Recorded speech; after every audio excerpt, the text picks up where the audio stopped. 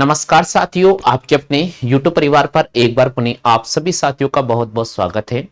जैसा कि दोस्तों आप सभी को पता होगा, बीएसटीसी और पीटीटी की तैयारी करने वाले सभी साथियों के लिए मैं रेगुलर आपके सामने ऑनलाइन क्लासें उपलब्ध करा रहा हूं। तो आज का जो सेशन रहेगा उसमें मैं आपके सामने जो क्लास लेकर आ रहा हूं, ये छठी हमारी ऑनलाइन क्लास रहेगी। इस सीरीज में आपको टॉप 50 क्वेश्चन मिलेंगे और ये सारे के सारे जो प्रश्न रहेंगे बहुत ही महत्वपूर्ण रहेंगे। तो आप सभी साथियों से मैं निवेदन करता हूं कि क्लास को आप लाइक कर दीजिएगा, क्लास को आप शेयर कर दीजिएगा और पहली बार अगर आप हमारे चैनल पर विजिट कर रहे हैं तो बिल्कुल आप चैनल के सदस्यता अवश्य ग्रहण कर लीजिएगा। तो चलिए साथियों, आज की सीरीज का पहला क्वेश्चन दे रखा है। आज की सीरीज का पहला क्वेश्चन है कि भारत में योजनाबद्ध विकास कार्यक्रम कब शुरू किया गया था।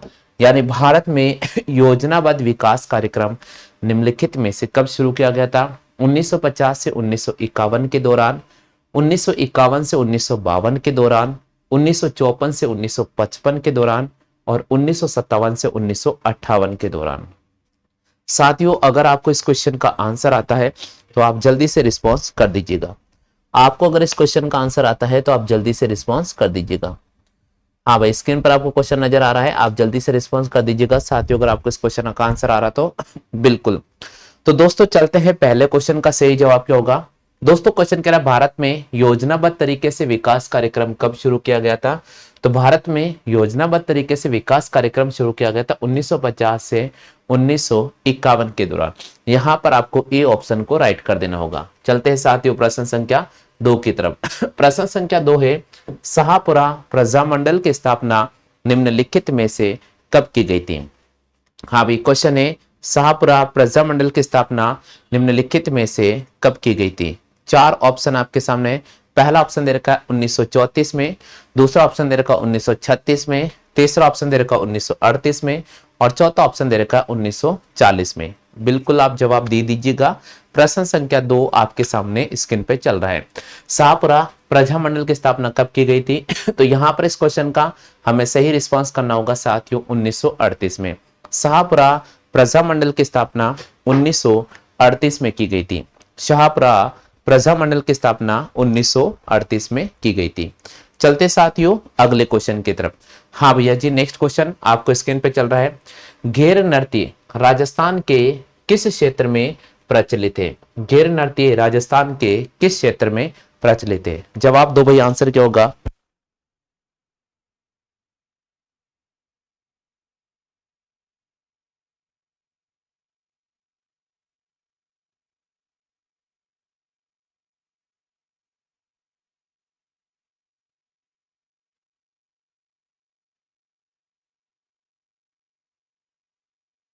क्वेश्चन स्क्रीन पे नजर आ रहा है। घेर नृत्य राजस्थान के निम्नलिखित में से कौन से क्षेत्र में प्रचलित है। तो बिल्कुल आपने यहां जवाब देने का प्रयास किया होगा। घेर नृत्य राजस्थान के कौन से क्षेत्र का प्रचलित है। तो घेर नृत्य राजस्थान के आदिवासी क्षेत्र का एक प्रचलित नृत्य है। घेर नृत्य राजस्थान के आदिवासी क्षेत्र का एक प्रचलित नृत्य है। क्लियर हो गया आगे सभी साथियों को। चलते हैं साथियों, नेक्स्ट क्वेश्चन की बात करते हैं। प्रश्न संख्या 4 है हमारे पास में। बाला किला कहां पर स्थित है। बाला किला कहां पर स्थित है। ऑप्शन दे रखा अजमेर, अलवर, दौसा, जयपुर। टाइप कीजिए साथियों, बाला किला कहां पर स्थित है। चार ऑप्शन आपके सामने है, अजमेर, अलवर, दौसा और एक ऑप्शन दे रखा आपके सामने जयपुर। तो बिल्कुल यहां पर जवाब देने का प्रयास क्या है। बाला का किला कहां पर स्थित है। दोस्तों मैं आपको बता देता हूं, बाला का जो किला है वो अलवर में स्थित है। कहां पर स्थित है, अलवर में स्थित है।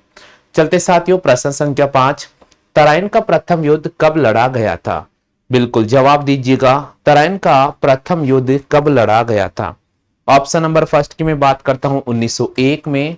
ऑप्शन नंबर सेकंड की अगर मैं बात करता हूं साथियों तो आपको दे रखा है 1301 में। ऑप्शन नंबर सी की बात करता हूं 1191 ईस्वी में और ऑप्शन नंबर डी की बात करता हूं आपको दे रखा साथियों 1192 ईस्वी में। जल्दी से बताइए साथियों, तराइन का प्रथम युद्ध कब लड़ा गया था।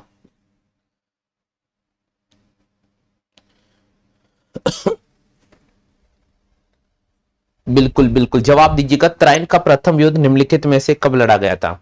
दोस्तों इस क्वेश्चन का जो सही जवाब करना होगा वो होगा 1191 ईस्वी में। जी हाँ दोस्तों, तराइन का जो प्रथम युद्ध लड़ा गया था 1191 ईस्वी में लड़ा गया था। और ये तराइन कहां पर आता है? ये तराइन साथियों हरियाणा में आता है। कहां पर आता है? हरियाणा में। ठीक है भाई, चलो यहां से क्वेश्चन पक्का बनेगा एग्जाम में, इसलिए मैंने थोड़ा सा इसके बारे में डिटेल से आपको समझाने का प्रयास किया। क्योंकि दोस्तों आपको पता होगा, अगर आप रेलवे का पेपर देने जा रहे हो तो वहां पर भी ये क्वेश्चन 100% लगता है। इसलिए मैं आपको बता रहा हूं कि एसएससी में पूछा जाता है, रेलवे में पूछा जाता है, बीएसटीसी, पीटीटी, राजस्थान के अंदर तो सभी प्रतियोगिता परीक्षा में पूछा जाता है, लेकिन रेलवे और एसएससी में भी ये क्वेश्चन कई बार पूछा जा गया है। हाँ भाई, तराइन का प्रथम युद्ध 1191 ईस्वी में लड़ा गया था। पृथ्वीराज चौहान तृतीय पृथ्वीराज पृथ्वीराज चौहान तृतीय और मोहम्मद गौरी के मध्य युद्ध लड़ा गया था। इस युद्ध के समय दिल्ली के जो प्रशासक थे गोविंद राय के प्रहार से मोहम्मद गौरी घायल हो गया था और उसके साथ ही उसको सुल्तान लेकर भाग गए थे। यानी क्वेश्चन कई बार आता है कि तराइन का जब प्रथम युद्ध हुआ था उस समय दिल्ली के जो प्रशासक थे वो गोविंद राय थे, और गोविंद राय के प्रहार से, गोविंद राय के आक्रमण करने से के कारण मोहम्मद गौरी घायल हो जाते हैं और उनके जो साथी है सुल्तान को उठाकर ले जाते हैं। ठीक है भैया, पृथ्वीराज ने तबर हिंद या सरहिंद दुर्ग को जीत लिया था। यहां पर पृथ्वीराज तृतीय ने क्या किया था? जो सबर और तबर हिंद था उसको क्या कर लिया था? जीत लिया था। और दोस्तों यहाँ के इस दुर्ग के जो काजी थे जियाउद्दीन को बंदी बनाकर अजमेर लाया गया था और फिर उसे कुछ धन देकर कहां पर भेज दिया गया था? गजनी भेज दिया गया था। कहां पर भेज दिया गया था? गजनी भेज दिया गया था। पृथ्वीराज का सेनापति इस युद्ध के दौरान खंडेराव था। ये क्वेश्चन कई बार आता है कि तराइन का जब प्रथम युद्ध हुआ था उसमें पृथ्वीराज तृतीय का सेनापति कौन था? तो उसमें पृथ्वीराज तृतीय का जो सेनापति था वो खंडेराव था। ठीक है भाई, तो थोड़ी इंपॉर्टेंट जानकारी थी जो मैंने आपको समझाने का प्रयास किया है। अगला प्रश्न संख्या 6 आपको स्क्रीन पे नजर आ रहा है। आपको अगर आता है तो आप बिल्कुल टाइप कर दीजिए आंसर क्या होगा। हाँ भैया, प्रश्न संख्या 6 आपको स्क्रीन पे नजर आ रहा है। अगर इस क्वेश्चन का आंसर आता है तो बिल्कुल आप टाइप कर दीजिए साथियों।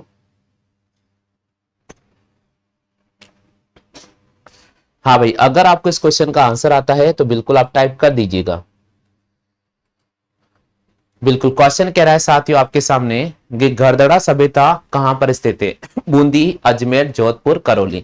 गरदड़ा सभ्यता कहां पर स्थित है? तो इस क्वेश्चन का सही जवाब होगा साथियों बूंदी के अंदर। गरदड़ा सभ्यता कहां से संबंधित है? तो गरदड़ा सभ्यता बूंदी से संबंधित है। दोस्तों बात कर लेते हैं यहाँ पर गरदड़ा सभ्यता की। तो गरदड़ा सभ्यता ये बूंदी में स्थित है और कौन सी नदी के किनारे मिली है? तो ये छाजा नदी के किनारे स्थित है। कई बार क्वेश्चन आता है कि गरदड़ा सभ्यता निम्नलिखित में से कौन सी नदी किनारे है? तो गरदड़ा सभ्यता है वो छाजा नदी के किनारे स्थित है। ठीक है भैया, अब दोस्तों देखिए गरदड़ा में पहले बर्ड राइडर रॉक पेंटिंग शैल चित्र से मिली थी।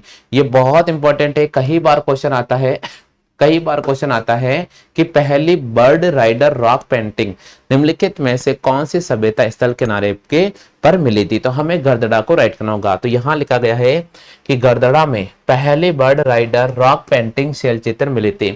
यहां पर पक्षी पर सवार एक व्यक्ति का चित्र भी मिला था। यहां पर पक्षी पर सवार एक व्यक्ति का चित्र भी मिला था। एक बार रिवाइज कर लीजिएगा साथियों। हाँ भाई, एक बार रिवाइज कर लीजिएगा।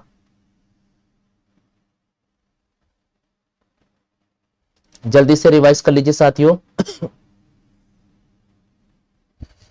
जल्दी से रिवाइज कर लीजिएगा, बहुत इंपॉर्टेंट क्वेश्चन है। चलिए रिवाइज कर ले सभी साथियों ने। चलो भाई आगे बढ़ जाते हैं। अगला क्वेश्चन, अगला क्वेश्चन आपको स्क्रीन पे नजर आ रहा है। क्वेश्चन क्या कह रहा है समझने का प्रयास कीजिएगा।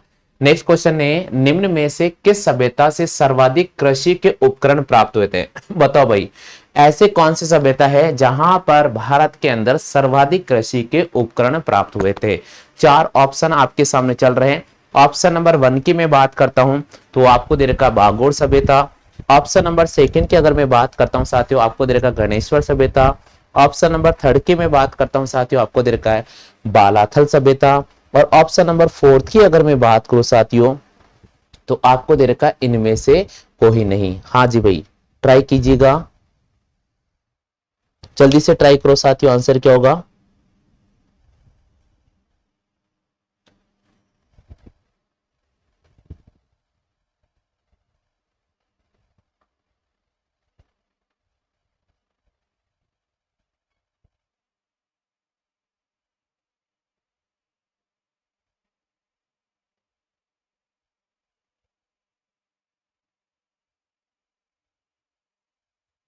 चलिए बहुत अच्छी बात है, बिल्कुल यहाँ पर सही जवाब दिया है। यहाँ बोल रहा है निम्न में से किस सभ्यता से सर्वाधिक कृषि के उपकरण प्राप्त हुए, तो यहाँ पर इस क्वेश्चन का बिल्कुल सही जवाब होगा साथियों, बागोर सभ्यता। जी हाँ दोस्तों, बागोर सभ्यता से सर्वाधिक कृषि के उपकरण प्राप्त हुए हैं। ये क्वेश्चन कई बार एग्जाम में आ चुका है, तो मैं आपके बारे में इस क्वेश्चन के बारे में डिटेल से समझा रहा हूँ। यहाँ पर बागोर सभ्यता भीलवाड़ा में कोठारी नदी के किनारे स्थित है। बागोर सभ्यता भीलवाड़ा में कोठारी नदी के किनारे स्थित है। इसका जो उत्खनन कार्य हुआ था 1967 से 1969 के दौरान हुआ था, और इसका जो उत्खनन कार्य किया था वी.एन. मिश्र ने तथा डॉक्टर एल.एस. लेस्ली ने किया था। किसने किया था? वी.एन. मिश्र ने और डॉक्टर एल.एस. लेस्ली ने किया था, जो जर्मनी के यानी ये जर्मनी के निर्देश में हुआ था। यहाँ से सर्वाधिक प्राचीन पशुपालन के अवशेष मिले, जिसमें 14 प्रकार के कृषि के उपकरण भी साथ के साथ यहाँ पर मिले। यहाँ आदिम संस्कृति का संग्रहालय भी स्थित है। क्वेश्चन आता है निम्नलिखित में से कौन से सभ्यता के किनारे आदिम संस्कृति का संग्रहालय स्थित है, तो हमें यहाँ पर राइट करना होगा बागोर सभ्यता। भारत का सबसे संपन्न पाषाणीय सभ्यता स्थल कौन सा है? बागोर सभ्यता। नेक्स्ट है, यहाँ पर ज्यादातर पत्थर के उपकरण मिले थे, और दोस्तों आपको पता होगा कि ऐसी सभ्यता जहां से पत्थर के ज्यादा उपकरण मिल रहे हैं तो उसको पाषाण सभ्यता भी कहते हैं। नेक्स्ट है, यहाँ पर हस्त कुठार मिला था। इस सभ्यता के लोगों का प्रमुख औजार था। स्वास्तिक चिन्ह का प्रयोग किया जाता था। मछली मारने तथा शिकार करने तथा चमड़ा सिलने के औजार यहाँ पर मिले थे। यहाँ से हाथ वे कान के आभूषण और कांच के बने हुए भी मिले थे। अब सबसे इंपॉर्टेंट है, यहाँ पर हाथ और कान के जो आभूषण थे वो सोने चांदी के नहीं थे साथियों, यहाँ पर कांच के बने हुए थे। इसलिए क्वेश्चन कई बार आता है कि ऐसी कौन सी सभ्यता स्थल था जहां से हाथ व कान के आभूषण कांच से बने हुए थे, तो दोस्तों यहाँ पर राइट करना होगा बागोर सभ्यता स्थल को। चलो भैया नेक्स्ट है प्रश्न संख्या 8। अर्जुन लाल सेठी ने अपना क्या नाम रखकर मदरसे में पढ़ाया था? अर्जुन लाल सेठी ने अपना नाम क्या रखकर अजमेर के अंदर मदरसे में पढ़ाया था? ऑप्शन नंबर फर्स्ट की मैं बात करता हूं, आपको दे रखा है Ganesh Yadav. Option number second की बात करता हूं मोहम्मद सिराज खा। ऑप्शन नंबर थर्ड की बात करता हूं करीम खा, और ऑप्शन नंबर फोर्थ की बात करता हूं तो आपको दे रखा साथियों सद्दीक खा। हाँ भाई जवाब करें, आंसर इसका क्या होगा? जल्दी से जवाब कीजिएगा साथियों, इसका आंसर क्या होगा?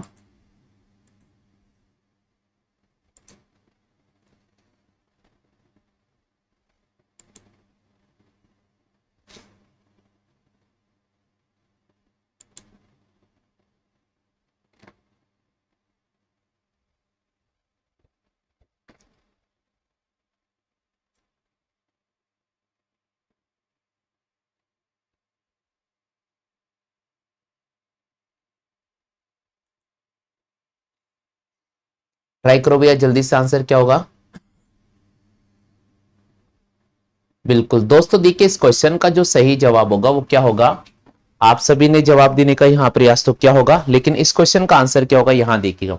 अर्जुन लाल सेठी ने अपना क्या नाम रखकर मदरसे के अंदर पढ़ाया था? तो अर्जुन लाल सेठी ने अपना नाम करीम खा रखा, और उसके बाद में अजमेर के अंदर मदरसे में पढ़ाया था। नेक्स्ट क्वेश्चन है भैया, मेवाड़ के सिंहासन पर राणा सांगा का राज्याभिषेक कब हुआ था? 1508 में, 1509 में, 1510 में, 1511 में। मेवाड़ मेवाड़ की धरती पर या मेवाड़ के सिंहासन पर राणा सांगा का अभिषेक कब हुआ था? जल्दी से बताइए साथियों, आंसर क्या होगा?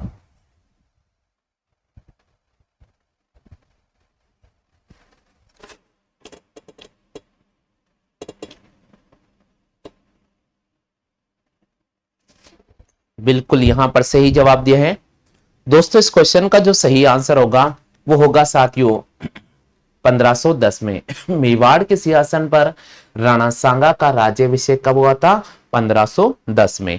चलते साथियों अगले क्वेश्चन की बात करते हैं। राजस्थान का एकीकरण कितने चरणों में पूरा हुआ था? राजस्थान का एकीकरण निम्नलिखित में से कितने चरणों में पूरा हुआ था?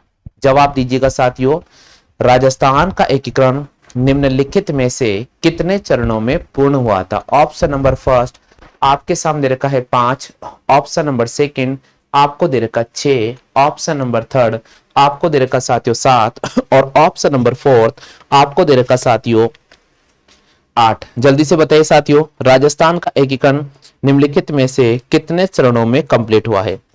देखते हैं कितने साथियों का आंसर आता है। जहां तक मैं निवेदन करता हूं आप सभी साथियों से कि आप सभी साथी इस क्वेश्चन का जवाब देने का प्रयास कीजिएगा। बिल्कुल, राजस्थान का एकीकरण निम्नलिखित में से कितने चरणों में कंप्लीट हुआ था? Option number first 5, option number second 6, option number third 7, option number fourth की मैं बात करता हूं साथियों तो आपको दे रखा है यहां पर 8। टाइप कीजिए आंसर क्या होगा। हाँ भाई, जल्दी से टाइप कीजिएगा आंसर क्या होगा।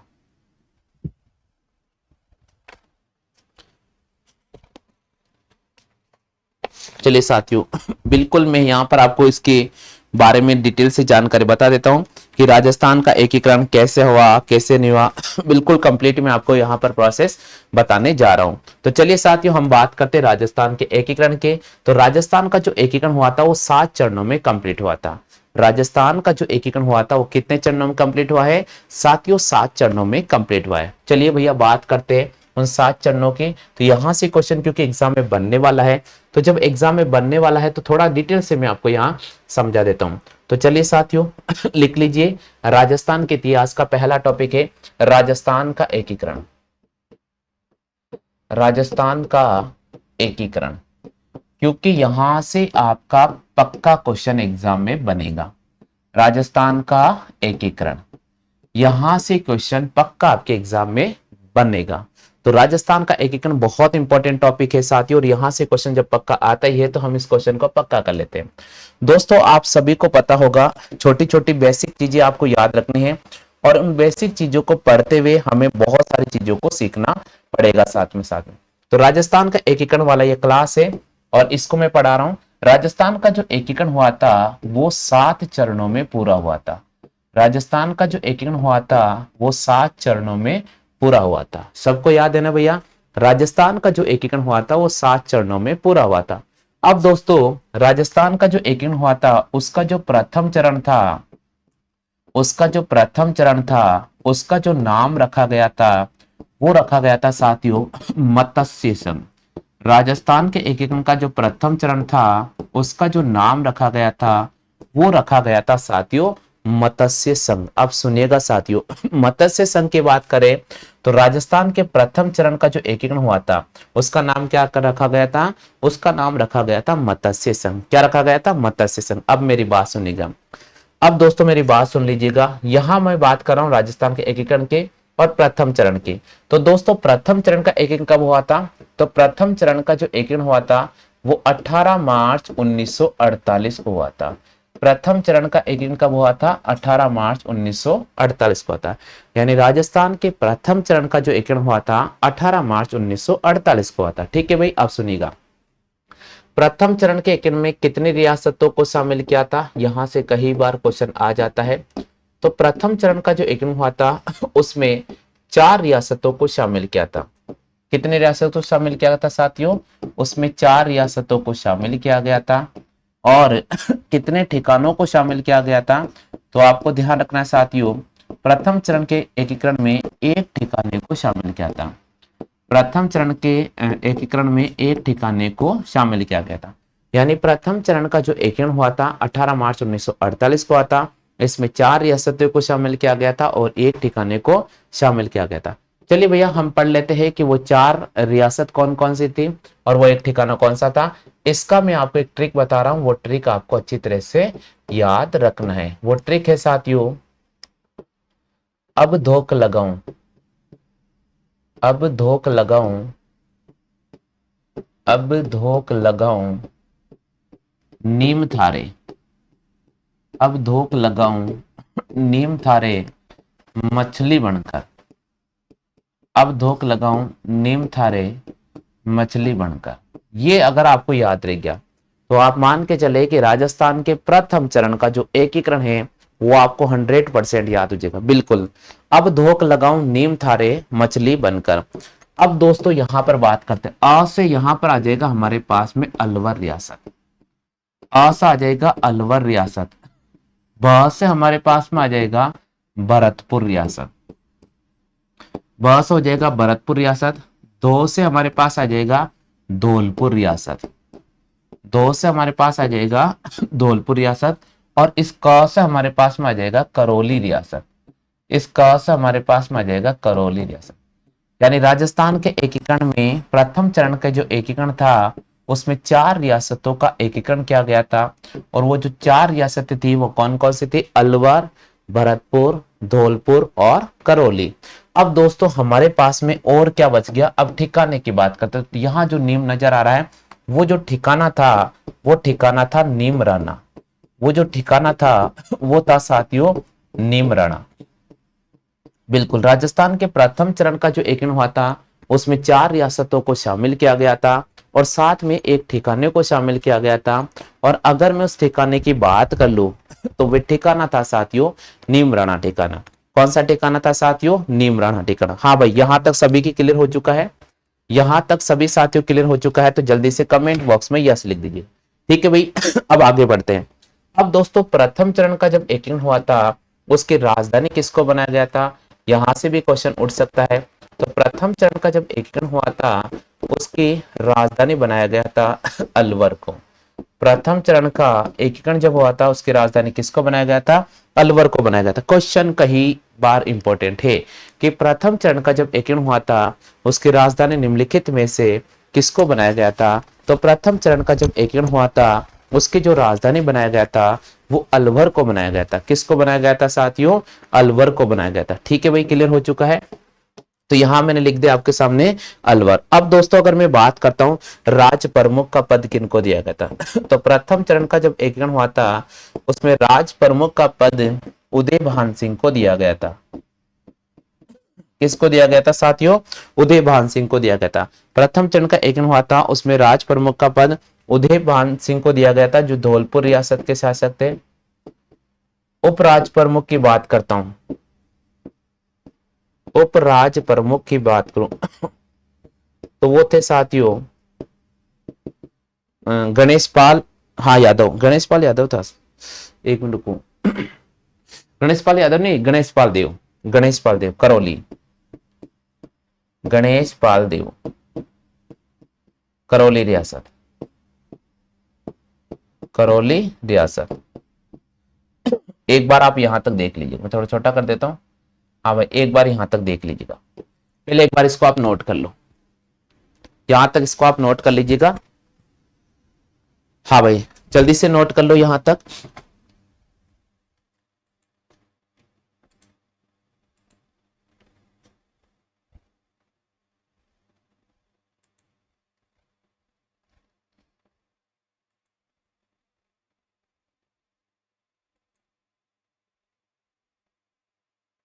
हाँ भाई जल्दी से नोट कर लीजिएगा। राजस्थान के प्रथम चरण का एकीकरण मैं आपके सामने यहां लेकर आया हूं, आप जल्दी से नोट कर लीजिएगा आंसर इसका क्या होगा। हाँ भाई नोट कर ले सभी ने, बिल्कुल। तो राजस्थान के प्रथम चरण का जो एकीकरण हुआ था साथियों वो आप सभी को याद रखना है।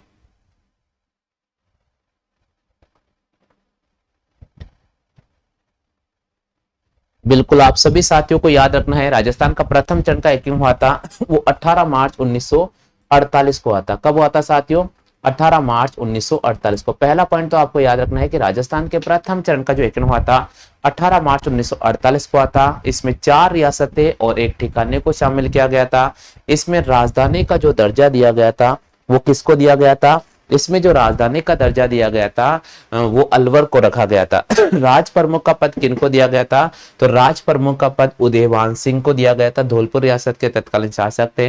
उपराज प्रमुख की बात करते हैं तो गणेश पाल देव को बनाया गया था। हाँ भाई क्लियर हो चुका है यहाँ तक। अगर यहां से बात करते हैं प्रधानमंत्री का पद किनको दिया गया, यहां से कई बार क्वेश्चन ये भी आ जा सकता है कि प्रधानमंत्री का पद किनको दिया गया था? तो प्रधानमंत्री का जो पद दिया गया था वो शोभाराम कुमावत को दिया गया था। प्रधानमंत्री का जो पद दिया गया था वो शोभाराम कुमावत को दिया गया था। प्रधानमंत्री का पद किनको दिया गया था? शोभाराम कुमावत को दिया गया था। ठीक है भाई क्लियर हो चुका है। और युगल किशोर चतुर्वेदी, युगल किशोर चतुर्वेदी को यहाँ पर उप प्रधानमंत्री बनाया गया था, जिसको दूसरा जवाहरलाल नेहरू के नाम से भी जाना जाता है। बात करते हैं साथियों यहाँ पर उद्घाटन। तो दोस्तों ये क्वेश्चन कई बार आता है कि प्रथम चरण का जो एकीकरण हुआ था उसका उद्घाटन निम्नलिखित में से कौन से दुर्ग में किया गया था। हाँ भाई, बिल्कुल बिल्कुल यहां पर क्या गया था, भरतपुर दुर्ग में। बिल्कुल प्रथम चरण का जो उद्घाटन हुआ था वो भरतपुर के दुर्ग में किया गया था। कौन से दुर्ग में किया गया था साथियों, प्रथम चरण का जो उद्घाटन हुआ था वो भरतपुर दुर्ग में हुआ था। और उद्घाटनकर्ता कौन थे, उद्घाटनकर्ता कौन थे, कौन थे भैया, जल्दी से टाइप करो। हाँ भाई जल्दी से टाइप करो। प्रथम चरण का जो एकीकरण हुआ था उसका उद्घाटन किस में हुआ था, उसका उद्घाटन हुआ था भरतपुर दुर्ग में, भरतपुर दुर्ग में। उद्घाटन करता थे नरहरि विष्णु। कौन थे भैया, नरहरि विष्णु, नरहरि विष्णु ये उद्घाटन करता थे। तो ये राजस्थान के प्रथम चरण का एकीकरण मैंने आपको समझाया है। अगर कोई साथी लेट आया है तो आप इसका फोटो जरूर ले लीजिएगा। हाँ बिल्कुल, लोहागढ़ का दुर्ग भरतपुर में हुआ था। कोई साथी अगर लेट आया है तो आप जल्दी से कॉपी कर लीजिएगा। कोई साथी अगर लेट आया है तो आप जल्दी से कॉपी कर लीजिएगा। हाँ भाई चलते हैं राजस्थान के एकीकरण का दूसरा चरण। चलिए साथियों, राजस्थान के एकीकरण का दूसरा चरण। हाँ भाई इसको कॉपी कर दो क्या, मैं इसको मिटा दो भैया, जल्दी से चेक कर लो। इसको मिटा दो क्या, सभी नोट कर लिया भैया। हाँ भाई सभी साथियों नोट कर लिया तो यस लिखो जल्दी से, ताकि आगे बढ़ जाते हैं साथियों।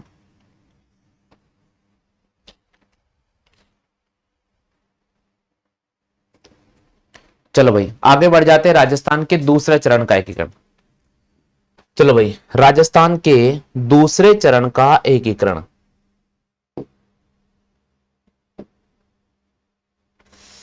कहाँ गया यार, हाँ भाई राजस्थान के दूसरे चरण का एकीकरण, दूसरे चरण का एकीकरण।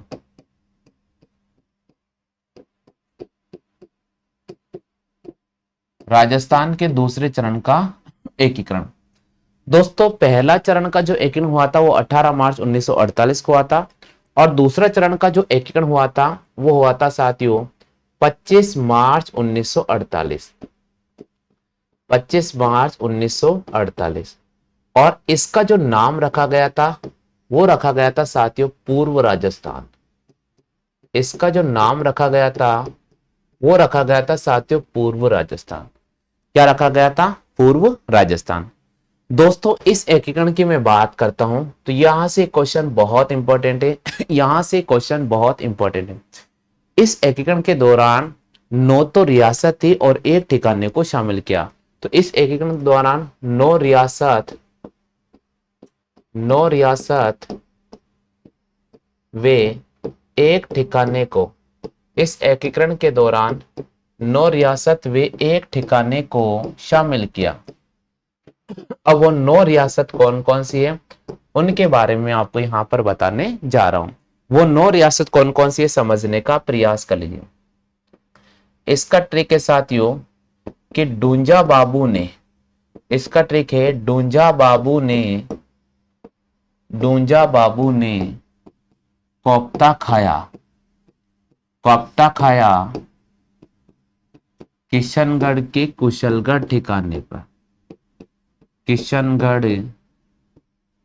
के कुशलगढ़ ठिकाने पर, किशनगढ़ के कुशलगढ़ ठिकाने पर, कुशलगढ़ ठिकाने पर शान से, कुशलगढ़ ठिकाने पर शान से। ये तरीका आपको याद रखना है। ये लाइन अगर आपको याद हो गई तो राजस्थान के दूसरे चरण का एकीकरण आपको बिल्कुल क्लियर याद हो जाएगा। डूंजा बाबू ने कोफ्ता खाया किशनगढ़ के कुशलगढ़ ठिकाने पर शान से। अब बात करते हैं डू से, यहां पर हमारे पास में आ रहा है साथियों डूंगरपुर रियासत। डू से हमारे पास आ गया डूंगरपुर रियासत, जहां से हमारे पास आ गया साथियों झालावाड़, जहां से हमारे पास आ गया साथियों झालावाड़। बा से हमारे पास में आ गया साथियों बांसवाड़ा, बा से हमारे पास में आ गया साथियों बांसवाड़ा। और इस बू से बात करता हूं तो बू से हमारे पास में हो जाएगा साथियों बूंदी। बू से हमारे पास में क्या हो गया बूंदी। तो डूंजा डूंगरपुर झालावाड़ बांसवाड़ा बूंदी। डूंजा बाबू ने कोफ्ता खाया। अब इस कौसे में ले लूंगा आपके सामने कोटा रियासत। इस प से मैं ले लूंगा साथियों प्रतापगढ़ रियासत। प्रतापगढ़ रियासत ठीक है। और ट से हम ले लेंगे साथियों टोक रियासत। ट से हम ले लेंगे टोक रियासत। खाना खाया किशनगढ़, ये किशनगढ़ रियासत। ये हमारे पास में आ गई किशनगढ़ रियासत ठीक है। किशनगढ़ के कुशलगढ़ ठिकाने में शान से आ गया शाहपुरा रियासत। शान से आ गया है शाहपुरा रियासत। शाहपुरा रियासत। और ये हमारे पास में एकमात्र ये हमारे पास में एकमात्र है वो है ठिकाना कुशलगढ़। एकमात्र जो ठिकाना था वो था साथियों कुशलगढ़। आपको सबसे पहले ये लाइन याद हो जानी चाहिए। अगर लाइन याद हो गई तो राजस्थान जीके तो बहुत आसान है, आप कितना भी रट लो, आपको केवल इसको समझना पड़ेगा। आपको केवल इसको समझना पड़ेगा। तो बिल्कुल यहाँ क्वेश्चन लिखा गया है राजस्थान के प्रथम चरण का एकीकरण मैंने आपको पढ़ा दिया है और राजस्थान के दूसरे चरण का एकीकरण यहाँ पर चल रहा है। तो राजस्थान के दूसरे चरण का जो एकीकरण हुआ था वो हुआ था 25 मार्च 1948 में। और इसमें 9 रियासतें वे एक ठिकाने को शामिल किया गया था। 9 रियासतों की बात करते हैं तो डूंजा बाबू ने कोफ्ता खाया किशनगढ़ के कुशलगढ़ ठिकाने पर शान से। तो यहां पर मैंने आपके सामने सारा लिख दिया है। डूंगरपुर, झालावाड़, बांसवाड़ा, बूंदी और इसी प्रकार मैंने लिख दिया साथियों कोटा, प्रतापगढ़, टोंक, किशनगढ़, शाहपुरा रियासत। ठिकाना की अगर अपन बात करते हैं तो यहाँ पर हमारे पास में हो जाएगा कुशलगढ़ ठिकाना। ठीक है भैया, क्लियर हो चुका है। तो यह हमारा राजस्थान के दूसरे चरण का एकीकरण मैंने आपको यहाँ पर समझा दिया है। हाँ भाई, राजधानी किसको बनाया गया था? बिल्कुल, राजधानी किसको बनाया गया था? बिल्कुल, देख के साथियों क्या परिवर्तन हुआ। दूसरा चरण का जब एकीकरण हुआ था उसमें परिवर्तन क्या देखने को मिला वो मैं आपको तब इसमें राजधानी बनाई गई थी वो कोटा को बनाई गई थी। इसमें राजधानी कोटा को बनाई गई थी। राजधानी किसको बनाई गई थी? बहुत इंपॉर्टेंट है। हालांकि इससे पहले जो प्रथम चरण का जब एकीकरण हुआ था उसकी राजधानी अलवर को बनाया गया था, लेकिन यहां पर राजधानी कोटा को बनाया गया था। राज प्रमुख की बात करते हैं तो भीम सिंह कोटा और उप राज प्रमुख की बात करते हैं तो लक्ष्मण सिंह डूंगरपुर। तो बिल्कुल राज प्रमुख की अगर मैं बात करता हूं तो भीम सिंह कोटा, भीम सिंह कोटा। और उप राज प्रमुख की मैं बात करूं उप राज प्रमुख की अगर मैं बात करूं तो लक्ष्मण जी। बिल्कुल, उप राज प्रमुख की बात करता हूं तो लक्ष्मण जी। ठीक है भैया, क्लियर हो जाएगा। हाँ भाई, यहां तक पहले आप कॉपी कर लीजिएगा, यहां तक सभी साथी कॉपी कर लीजिएगा। हाँ, लक्ष्मण सिंह डूंगरपुर बिल्कुल सही है।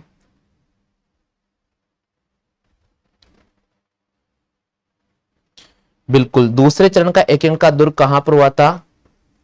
बिल्कुल, कहां पर हुआ था? कोटा दुर्ग में हुआ था। दूसरे चरण का जो एकीकरण हुआ था वो कौन से दुर्ग में हुआ था? कोटा दुर्ग में। उद्घाटन किसने किया था? एनबी गॉडगिल ने। एनबी गॉडगिल ने ये उद्घाटन किया था। उद्घाटन किसने किया था? एनबी गॉडगिल ने। हाँ भाई, कोटा दुर्ग में हुआ था। राजधानी कोटा को बनाया गया था। राज प्रमुख भीम सिंह को, उपराज प्रमुख यहाँ पर दिया था लक्ष्मण सिंह को। प्रधानमंत्री का जो पोस्ट था वो गोकुल लाल असावा को दिया। गोकुल लाल असावा। ये हो गया भैया राजस्थान के दूसरे चरण का एकीकरण। ये हो गया भाई राजस्थान के दूसरे चरण का एकीकरण। राजस्थान के दूसरे चरण का एकीकरण मैंने आपको यहां पर कंप्लीट लिखा दिया है। उम्मीद तो करता हूं साथियों आपको बहुत अच्छी तरह से समझ में आ गया होगा। हाँ भाई, यहां तक सभी साथियों क्लियर हो चुका है। चलते साथियों राजस्थान का तीसरा चरण का एकीकरण। चलते साथियों अगले क्वेश्चन की तरफ, और वो है साथियों राजस्थान के तीसरे चरण का एकीकरण। कौन सा होगा साथियों? राजस्थान के तीसरे चरण का एकीकरण। चलिए भैया राजस्थान के तीसरे चरण का एकीकरण अपन पढ़ लेते हैं। हाँ भाई, राजस्थान का तीसरा चरण का एकीकरण, ये कॉपी कर लिया क्या सभी ने? जल्दी से बताओ भाई, ये सभी ने कॉपी कर लिया क्या? हाँ भाई, जितने भी साथी लाइव ले रहे हैं आप सभी साथियों से निवेदन करता हूं, ये कॉपी कर लिया है?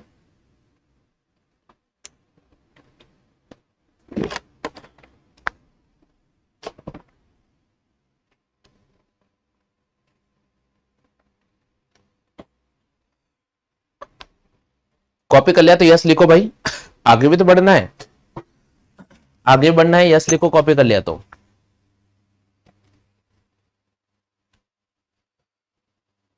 ठीक है भैया, सभी ने कॉपी कर लिया। चलो भाई, राजस्थान का तीसरा चरण का एकीकरण, राजस्थान के तीसरा चरण का एकीकरण, तीसरा चरण का एकीकरण। मैं आपको एक चीज याद दिला देता हूं, प्रथम चरण का जब एकीकरण हुआ था उसके एक महीने बाद, यानी प्रथम चरण का एकीकरण हुआ था 18 मार्च 1948, 18 मार्च 1948, और उसके एक महीने बाद, इसके एक महीने बाद यानी 18 अप्रैल 1948, ये यहां पर तीसरा चरण का एकीकरण हुआ था और यहां पर ये पहला चरण का एकीकरण हुआ था। तो फर्क ये है केवल एक महीने का, कि 18 मार्च 1948 को राजस्थान के प्रथम चरण का एकीकरण होता है और उसके एक महीने बाद में 18 अप्रैल 1948 को राजस्थान के दूसरे चरण का एकीकरण होता है। अब दोस्तों इसमें क्या हुआ था, क्या परिवर्तन हुआ? इसमें परिवर्तन कुछ भी नहीं हुआ था।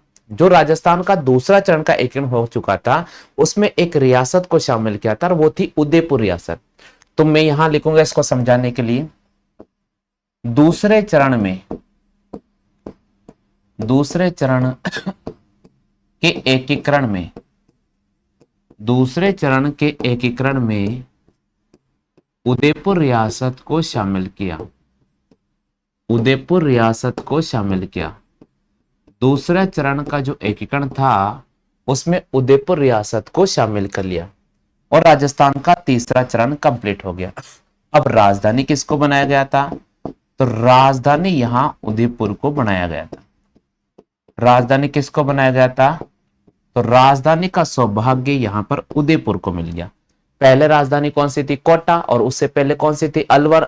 अब यहां पर परिवर्तन हो गया है और राजधानी का जो दर्जा दिया गया था वो किसको दिया गया था? राजधानी का जो दर्जा दिया गया था वो यहां पर उदयपुर को दिया। हाँ भाई, यहां तक सभी क्लियर हो गया है? बिल्कुल। राज प्रमुख का पद बनाया गया था भोपाल सिंह को। राज प्रमुख का पद किनको दिया गया था? तो आप लिख लीजिएगा, राज प्रमुख का जो पद है वो भोपाल सिंह को दिया गया। राज प्रमुख का पद किनको दिया गया था? भोपाल सिंह को। ठीक है भैया, क्लियर हो गया। मेवाड़ के तत्कालीन ये शासक थे और उनको यहां पर राज प्रमुख का पद दिया गया था। मेवाड़ के तत्कालीन शासक थे, उनको राज प्रमुख का पद दिया गया था। हाँ भाई, क्लियर हो चुका है। उप राज प्रमुख भीम सिंह को बनाया गया था कोटा रियासत के। राज प्रमुख है भोपाल सिंह और उप राज प्रमुख का पद दिया गया था भीम सिंह को। थोड़ा ऊपर कर लेता हूं ना, उप राज प्रमुख, उपराज प्रमुख का पद, उपराज प्रमुख का पद दिया गया था भीम सिंह, और भीम सिंह है भैया कोटा। बिल्कुल, पहले यहां तक आप कॉपी कर लो भाई, यहां तक कॉपी कर लीजिएगा। हाँ, आईपीएल भी देखना चाहिए लेकिन ध्यान रखिएगा साथियों, आईपीएल के साथ पढ़ाई भी जरूरी है, आईपीएल के साथ पढ़ाई भी बहुत जरूरी है साथियों। बिल्कुल, देखिए यहां मनीषा जी ने बिल्कुल सही जवाब दिया है, तो बहुत बहुत धन्यवाद मनीषा जी। आप बहुत इसी प्रकार मेहनत करते रहिएगा, मुझे पूरा विश्वास है कि धीरे धीरे आपकी मेहनत रंग लेकर आएगी, आपकी मेहनत अवश्य रंग लेकर आएगी मनीषा जी, आप रेगुलर लगे रहे।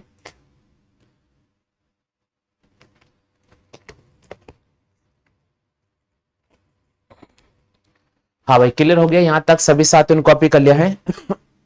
सभी साथियों ने कॉपी कर लिया है क्या? जल्दी से कमेंट कर दीजिएगा। चलो भाई, हाँ, उद्घाटन किसने किया था? देखो इसका नाम क्या रखा गया था? नाम रखा गया था, तीसरा चरण का एकीकरण हुआ था, उसका नाम क्या रखा गया था? बताओ जल्दी से। हाँ भाई, तीसरा चरण का जो एकन हुआ था उसका नाम क्या रखा गया था? क्योंकि देखो यहां मैंने नाम नहीं लिखा है, अभी तक मैंने आपके सामने नाम नहीं लिखा है। धीरज भाई हमारे क्लास में जुड़ चुके हैं, आपका बहुत बहुत स्वागत है भैया। जल्दी से बताओ भाई, तीसरा चरण का जो एकन हुआ था उसका नाम क्या रखा गया था? उसका नाम रखा गया था संयुक्त राजस्थान संघ। संयुक्त राजस्थान, नाम क्या रखा गया था? संयुक्त राजस्थान। ठीक है भैया। उद्घाटन किसने किया था? पंडित जवाहरलाल नेहरू ने किया था। उद्घाटन किन्होंने किया था? क्वेश्चन आ सकता है। उद्घाटन पंडित जवाहरलाल नेहरू ने किया था। पंडित जवाहरलाल नेहरू ने किया था। किसने किया था साथियों? पंडित जवाहरलाल नेहरू ने किया था। ये क्वेश्चन कई बार आ सकता है। पंडित जवाहरलाल नेहरू की यहाँ सिफारिश हुई थी और सिफारिश के बाद ही दूसरे चरण का जो एकन हुआ था उसमें एक रियासत को शामिल किया गया था, और जो रियासत शामिल हुई थी वो थी साथियों उदयपुर रियासत। कौन सी थी? उदयपुर रियासत। बिल्कुल बिल्कुल, इसमें उदयपुर रियासत को शामिल किया गया था पंडित जवाहरलाल नेहरू की सिफारिश पर। हाँ भाई, क्वेश्चन आता है तीसरे चरण का उद्घाटन कहां पर हुआ था? बिल्कुल कोटा दुर्ग में हुआ था। उद्घाटन कहां पर हुआ था? कोटा दुर्ग में हुआ था। तो इस क्लास में मैंने आपको राजस्थान जीके का 10 क्वेश्चन भी कराए। इसके अलावा मैंने आपको प्रथम चरण का एकन पढ़ाया था, दूसरे चरण का पढ़ाया था और तीसरा चरण पढ़ा दिया। उम्मीद तो करता हूं आज का ये क्लास आपको बहुत पसंद आया होगा। तो वीडियो को आप लाइक कर दीजिएगा और वीडियो को आप शेयर कर दीजिएगा। अगले क्लास में आप सभी साथियों के सामने रीजनिंग के लेकर आ रहा हूं। तो आप मिलते हैं साथियों अपन अगली क्लास में रीजनिंग के अंदर।